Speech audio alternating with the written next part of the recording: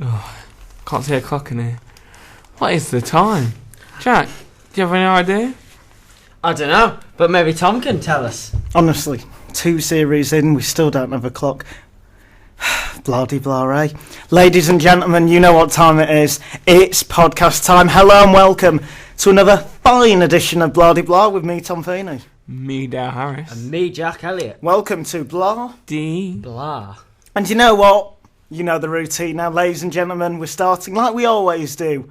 I want you to sit down in your chair, put the kettle, Get a couple of digestive biscuits. and just relax. And yes, I'll laugh with you, and you'll laugh with us, I hope. Because, ladies and gentlemen, it's time for News of the Week. And this week we're going for a very special football thing. A lot has happened during the past week involving football. Who are we going to start with? Who wants that to go? Jack Elliott. We're going to go in chronological order. Jack. All right, well, I'll be talking about the last day of the English Premier League season. Heartbreak for some. Ecstasy for others. Heartbreak for the red part of Manchester, of course, which... And the black and white part of Newcastle. Well, not as such, because, you know, it was unlikely that we were going to finish fourth. But also, Newcastle's mainly just has the one team. Yeah, If I'm exactly. right. There's not... There's no half. Meant to say the black and white half of the North East, but it doesn't matter. Anyway, we'll let that mistake go on. But anyway, I thought even the fact that Newcastle have got up to the point where we've got a chance of getting into the Champions League is a fantastic achievement, which has been reflected in the fact that Pardew has been named as the manager of the season. I agree with that. I'll agree with that, but I will just say Johan Cabaye on the radio today saying he doesn't think Newcastle will reach that for some time now. I agree with him to an extent. I think it's been a bit of a fluky season, for no I think that's a disrespect, bit but... Go on, explain yourself. Because they haven't had that many injuries in all fairness, and they've although they've played well in that. Yeah. I think they need to build on their squad and maybe getting some new signings. I mean, if you look at our form this from 2012 calendar year, only Man U have got more points than us since the start of 2012. In fantastic form of late.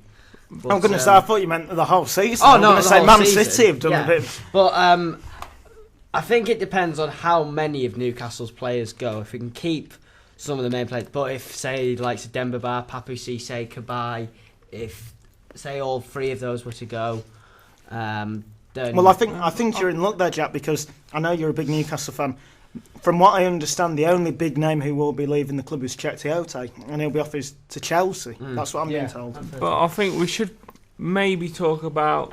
I don't think Newcastle not finishing fourth was the biggest story of the weekend. I think Man City getting 2 injury time goals I will to snatch the league off Manchester United. Well, I think it was a fantastic... What an advert it was for the Premier League. But I do just want to say, I feel really sorry for Bolton. Yeah. I think they certainly... I looked at the Metro Monday morning. It got 8 lines. Them getting relegated, shocking, 8 lines. And considering the first goal should never have stood, and that was hardly reported at the time. Jonathan Walters... It was a wrestling move at the end of the day to get the ball in. Walters, you can tell by his reaction, he don't think the goal's been given. Because he looks at the linesman as if to say, yeah, I'm in the wrong. And the linesman's done nothing, and he thinks, right, well, I have scored. And I think Owen Cole at the end of the day, though, held his hands up. And he could have had sour grapes and said, look at what happened, but instead he said, over 38 games, we weren't good enough. As he's staying on, what do you think of the fact that he's staying on when Gary Megson, who had him, although he's playing boring football, had him comfortably away from relegation, and he got sacked, but Coyle was taking him down. Well, I think personally, they've been really unlucky, Bolton. If you remember last season, 2 of their best players, Johan Almanda and Daniel Sturridge. Daniel Sturridge, a lot have argued, was the reason they stayed up last season. Who did they get in to replace him? David Ngog. And, well, the difference in quality is immense. Although I will just say David Ngog, I think, did himself favours during the last few games. He played pretty well. He played quite well end of season, and you never know, a team like Reading. And I'll just say, there is breaking news. It's just broken right now. And it is that Reading have signed Gareth McCleary on a free transfer from Nottingham Forest. What are your thoughts, guys? Well, I know he's been linked, in the last few days. I've be very surprised if that was their only signing of the summer. I think they'll be bringing quite a few more.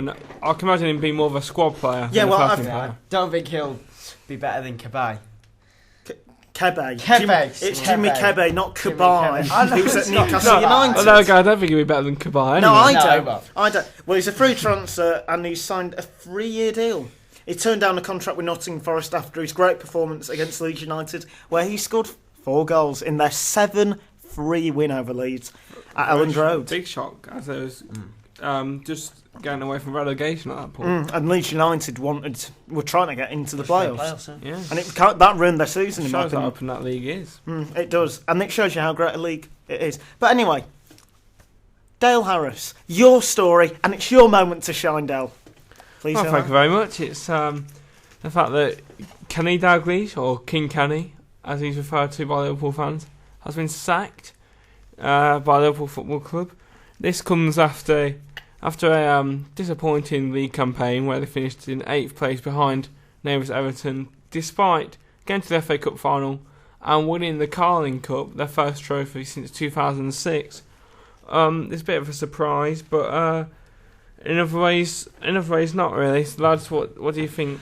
I have to say, I'm not hugely surprised that he's gone. I'm surprised that he's been sacked. I'd have thought he'd have been resigned and would have walked. But considering that they've had such a disappointing league finish, finishing 8th behind Everton as well, it's not been a great year for Liverpool. You could say, I suppose, they've won the Carling Cup, but at the end of the day, I think really a club like Liverpool, you've got to be looking at top 4 to have any kind of success. Well, I personally think that 8th place, when you look at how much Liverpool spent, £35 million on Andy Carroll, that has to be seen as, in all fairness, the way he's played in the past few games, maybe not that great, but still, £35 million, in my opinion, he was worth 20 million. Stuart Downing, 18 million, wouldn't have paid that. And Jordan Henderson, another £18 million signing. It was 20 million, wasn't it? 25 million. No, It wasn't 25. But I will just say, though, Kenny Dalglish, although I may not be his biggest fan, I do believe he made some big signings. Jose Enrique has to be seen, £6 million from Newcastle United. Great signing. And do you know what? I'd have given Kenny Dalglish more time. Well, I was just about to say, actually, that maybe, despite the league position, maybe they could have said that the team was building. I mean, if you look at it on the face of it, they've actually won more trophies this season than Manchester United and Arsenal.